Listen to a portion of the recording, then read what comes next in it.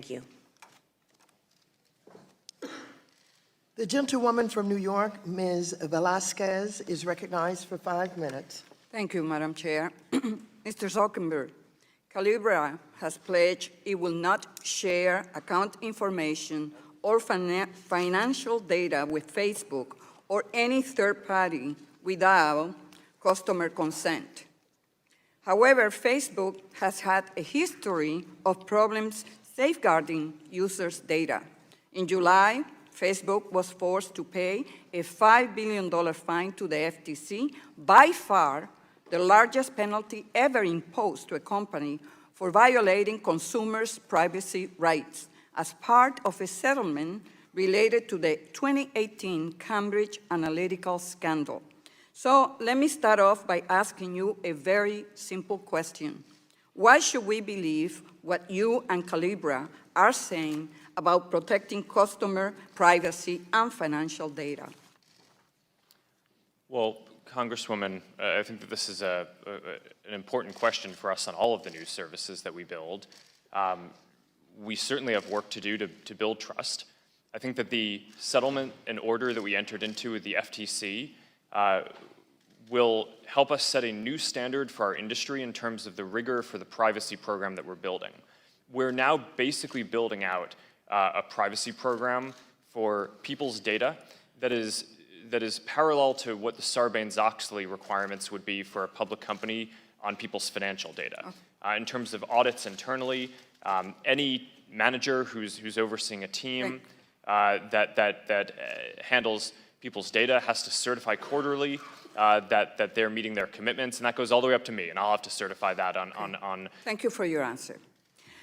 It has been publicly reported that when you acquire WhatsApp, Facebook officials coach the company's founder to tell European Union regulators that it will be, and I quote, really difficult to merge or blend data between Facebook and WhatsApp, and that there was no desire to integrate the two systems.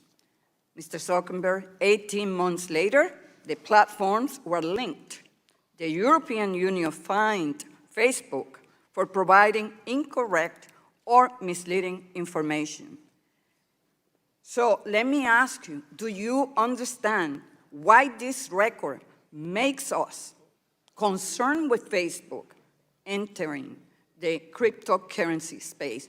Do you realize that you and Facebook have a credibility issue here? Congresswoman, I understand that we have work to build trust on this, and that means making commitments, and even if we learn new things in the future that could change our mind on how we should operate, that I think we're going to need to make sure that the commitments that we make. Have you learned that you should not lie?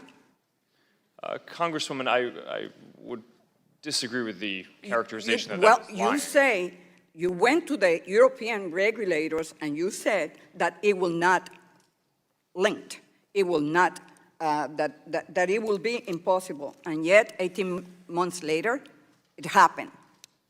And you were fined for that. Congresswoman, so let's continue. I hope that you learned something about that, about not lying. Facebook internal motto was, for a long time, move fast and break things. Mr. Zuckerberg, we do not want to break the international monetary system. Last week, the G7 released a report stating that global stablecoins could have significant adverse effects, both domestically and internationally, on the transmission of monetary policy as well as financial stability.